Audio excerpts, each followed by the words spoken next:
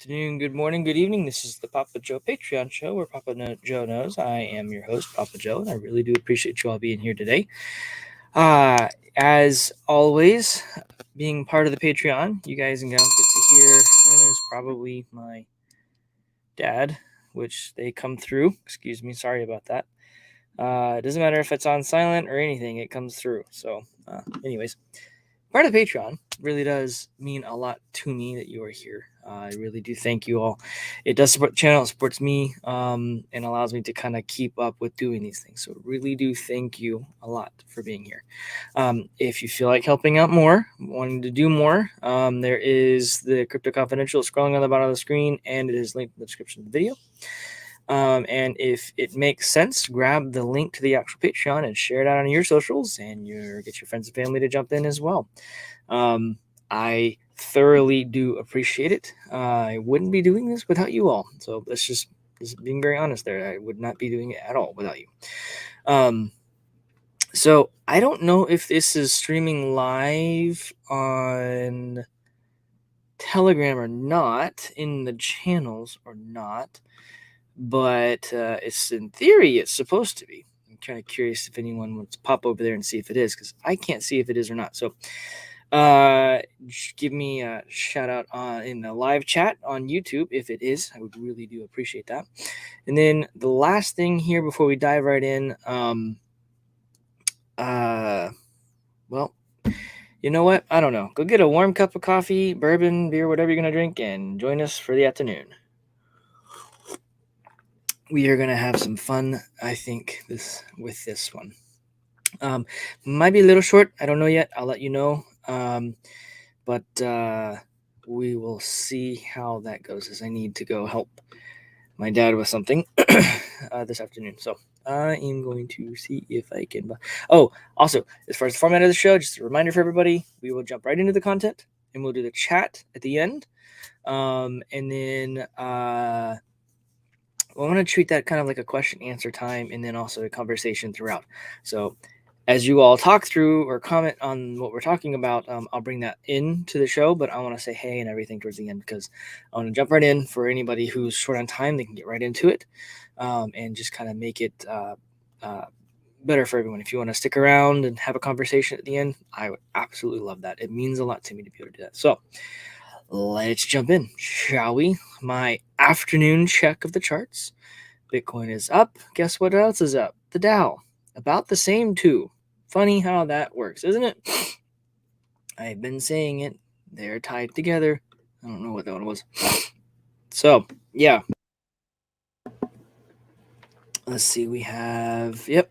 So there's 41,000. If it kind of sticks above here, I kind of wonder if it'll really start to run. So that might be some interesting things to kind of look out for. Gold is trying to get up above 20,000 or 2,000, excuse me, but it failed. You know, had Putin locked that at like 2,000, that would have been funny. That would have been hilarious for the dollar. Ounces of, excuse me. Coffee went down the wrong tube from earlier. Something is tickling. I am so sorry. It is pollen season here in the South, and I tell you what, it is like walking outside in a snowstorm, except it's this dry, icky stuff that just, ugh. Anyways, sorry. And then we got silver also slammed down. It's fun times, I tell you. So you got Divi, which is kind of fluctuating as usual, which is fantastic. Those of you who know about Divi, that is a good project. It really, really, really is.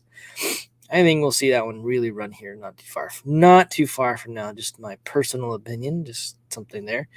No, I do not know anything. I don't know why I clicked on that one.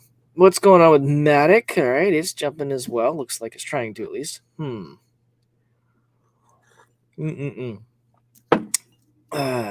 If you having a drink right now or of any kind, pop it in the chat. Let me know what you're having. And mortgage rates, near and dear to my heart right now. Oh, it's just running. That's going to be so painful for so many people. All right, let's jump right in. This one was FUD. This video, I wanted to discuss some FUD, some freaking out, not just FUD, but freaking out from the world banking system. In particular, the IMF. IMF has published a global financial stability report and it's discussing Bitcoin. Oh, here we go, people. The International Monetary Fund is freaking out about what's going on with Bitcoin in the world. Now, in this particular article discusses a whole host of different things. I'm going to hit some highlights and kind of talk about that from here. So, the International Monetary Fund published a report detailing how Bitcoin disrupts the world order, enables sovereignty amid sanctions, and demands regulatory action. Oh no! You don't say. It gives a nation. Bitcoin gives nations sovereignty. It also gives the individual sovereignty. Let's not forget that part, which is the most important part of crypto here. You got to remember this, people. It is in. Hang on just a second. Getting interrupted here.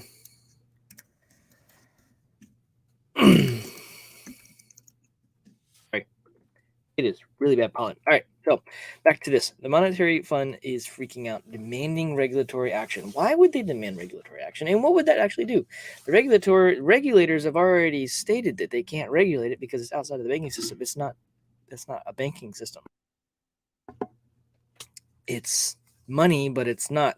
It's like a digital gold, but it's not. It's technology first, but it's also everywhere, and it's also nowhere, because I could take a node, throw it in the ocean. What node? What are you talking about? Literally, and then just turn around and spin another one back up. It is so powerful and so amazing that there's only two ways they can actually turn it off. Only two. Okay? They can turn it off by killing the power to the whole globe. They'd have to do the whole globe.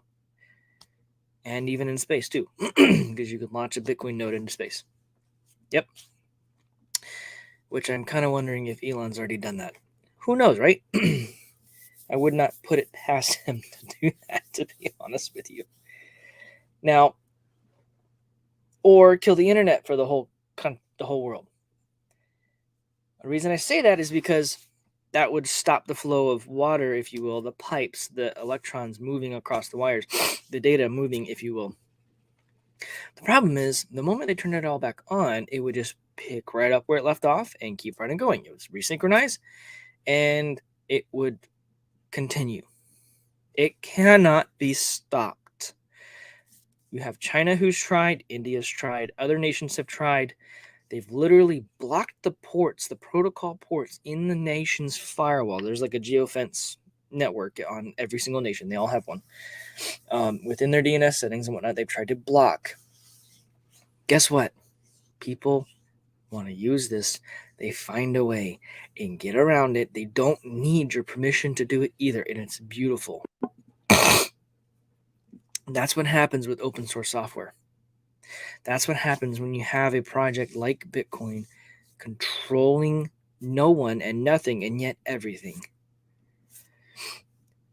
The IMF recently published the Global Financial Stability Report that details a great deal involving the state of the global economy. Subjects discussed in the report include Bitcoin as a means to avoid sanctions, the fragmentation of the old payments and banking infrastructure, and a global call to action for the regulation and control of assets like Bitcoin to prevent further systematic degradation. The IMF says that strengthening macroeconomic policies is necessary to fend off cryptoization. I've never heard that word. Cryptoization risks? What is that? What does that word mean? I don't even know what that word means. That's a big deal, people. They're freaking out. They're freaking out because you've got the world's fifth largest economy, Rio, looking seriously at making Bitcoin a legal tender, other cryptocurrencies as well. You've got El Salvador, who's literally giving them the middle finger, quite literally, saying, I don't care what you say. We are just fine. Thank you very much. And they're proving the world, to the world, that this is a way to be sovereign as a sovereign nation and an individual sovereign individuals, that they can't stop this. And this is literally like it's like you see in the movies that person who gets annoyed all the time. I guess I like to call it, like, I like to look at it like the babysitter who's sitting there freaking out, like going, "Oh my word, what do I do with you?" With a child who's literally saying, "You can't do anything to me," kind of thing. It's it's hilarious to watch this. The IMF is freaking out, right? Rio just took a loan from the IMF, and in the agreement of the loan, they would not pursue, or they would discourage the use of crypto or something like that. And yet they're turning around and I think using that loan to get into crypto. I don't know, but I would not be surprised if they did. International Monetary Fund has recently published this report, which discusses a myriad of subjects, including Bitcoin and other cryptocurrencies disrupting the payment system. Bitcoin being used to evade sanctions, inflation, Russia's invasion of Ukraine, banking infrastructure, central bank challenges of maintaining credibility. That's funny. Energy security and many other topics. One clear point of concern for the IMF is the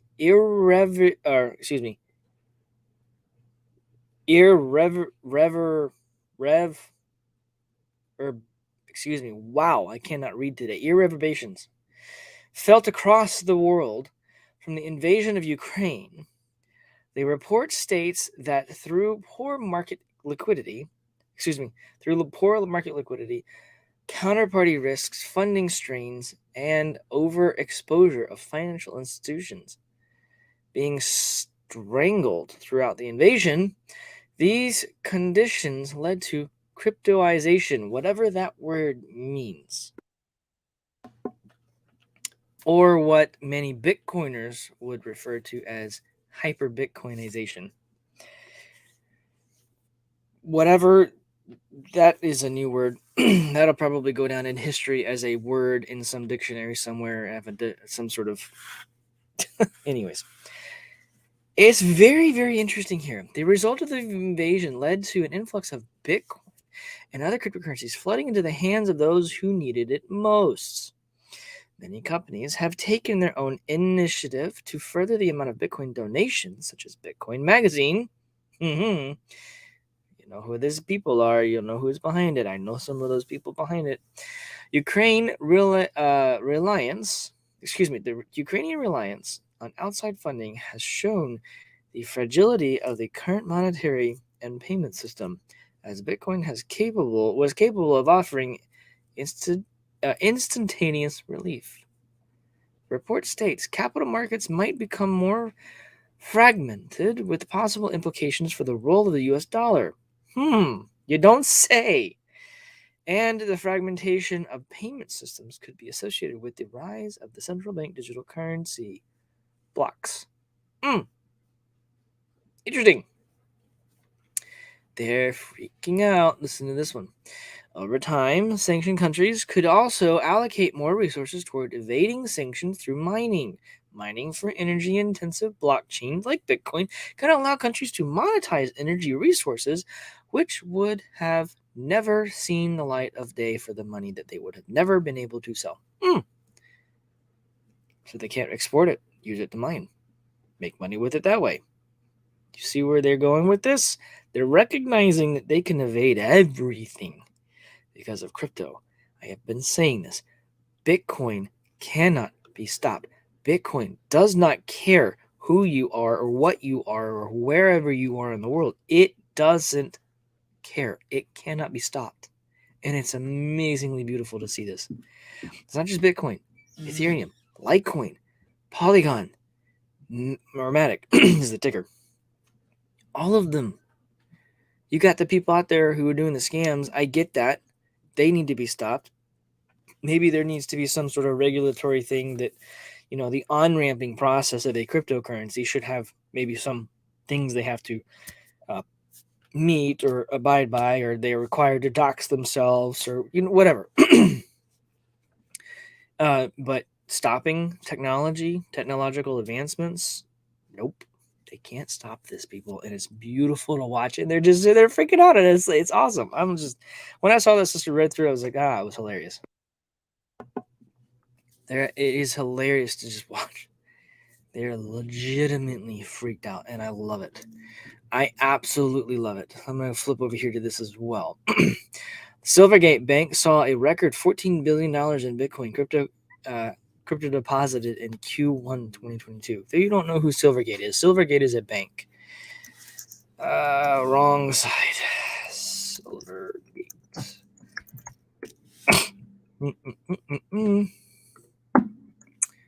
I had actually reached out to set up a daggum account with them, and I still haven't heard back. They're that busy, for what it's worth. So if you get in, good luck. If you get in, I want to know who you talk to. But anyways, they have both business and commercial, and they have mortgages. Cool. All kinds of fun, unique things and unique ways of doing things. They allow the holding or custodianship of crypto inside of the bank, which is what people are used to, and for adoption's sake, isn't necessarily a bad thing for now. It will get people used to doing this, where they will then take it out of the bank and put it into their own wallet, and then so on and so forth. Go from there. Silvergate's cryptocurrency services have gathered increased traction over the past quarter, which increases the net income customer acquisitions, leveraged commitments, and deposits. Silvergate managed to combine a downturn of overall transactional volume. Silvergate also announced that the closure of its acquisition of Dime assets, or what is now Meta, the whole thing behind Meta. Very interesting. So Silvergate is on the New York Stock Exchange. Whoops, let's go over here and see where they're at. SI. Silvergate Capital. There it is. Hey, look at that. That's funny how they seem to trend with Bitcoin charts. Looks so similar, doesn't it? Their price is 131. Interesting. Pretty cool stuff. If you haven't seen it yet, go check out Silvergate. I've been waiting for I've been waiting for more than a year now to hear something back. We started off 2022 with a strong note, driven by the power of our platform and continued progress in our strategic initiatives, said Alan Lane, the president and CEO of Silvergate, in a statement. Check it out. Pretty cool stuff. From what I understand, not a bad company. They have some good products, good things like that, right? When the prices go down, what do? We buy more. When prices go up, we love it. Prices go down, we buy more. It's just the way it works. Bitcoin will absorb the inflation, the dollar. It will absorb it entirely. And it's interesting to see, from my perspective, at least, I really do enjoy having known about this for such a long time, been in this for such a long time, watching this as long as I have. It's just really, really cool to be part of something like that. I had a moment when I was at Bitcoin 2022. I had a moment. I was just like, holy crap. To be part of something such an earlier stage and go, this is growing into something like this. My mind, I still just scratching my head going, holy cow. The people who adopted early, the people who played with it, the people who tried to learn what it was, those earlier people, they all did something. This wouldn't be anything without you guys. And it's amazing. There's a lot of people who got in way before I did, even. Not necessarily getting in, but trying to get in there and learn it. Build some of the tools like the seed words and because there were no seed words when I was touching it. There was no way to restore stuff when I was doing it. It's come a long way. And it was a humbling and intimidating moment for me to sit there and go, wow, that that made me kind of just go, it's just had one of those moments where it's like, you just had to sit back and go, is this really getting that? Is this real? It was one of those just like, I had to sit there and scratch my head and go, okay, did that really happen? So anyways, guys and gals, I'm going to run through the chat here now. If you have any questions, comments, etc., throw it out there and then we'll dig through it and see what's going on. Tom, what's going on, brother? How are you? Appreciate you being here as always. Daddy-o, what's up, man? How's it going? For sure, glad you guys and gals are here. Kim, how's it going? Appreciate you being here. Gloomy day in Texas. No sun. It's all sunny here. It's windy, though. Holy cow, it's windy. It's going to be very crazy. Crazy. Lithia, what's going on? How are you? It's good to see you. Appreciate you being here. And Open-Minded Bitcoin, what's going on? How you doing? It's been a long time since I've seen you. We need to catch up, man. It's good to see you all. So, like I said, the format of the show is we're going to jump right into the content, and then on the back end, make it a Q&A. If you guys don't have any questions, any comments, we'll go ahead and into there. But, yeah, times are crazy. Spend time with your family. Enjoy what you're doing. And get over there. All right, let's look at your daddy. I'll throw it out here. Do you think Bitcoin maxis are the older Bitcoin folks or the newbies? I think they're in the middle / newbies. Because technically, I've been in this. I have not. Okay, let's just be honest here. I'm being honest. I haven't met anyone who's been in it before I have. Yet. I know they're out there. I know some of them. I know who some of them are. But I have not met those people, and I have not had anyone come out of the woodwork and say, yep, same time or earlier. I have not. So I think it's somewhere in the middle. So the people who got in 2016, 2018, somewhere in that ballpark, people are sitting there going, I got in years ago, blah, blah, blah, blah, blah. Bitcoin, Bitcoin, Bitcoin, Bitcoin. It's nothing else but Bitcoin. That is the maxis. Because they're looking at it from a financial perspective only. They're not looking at it from a technology perspective.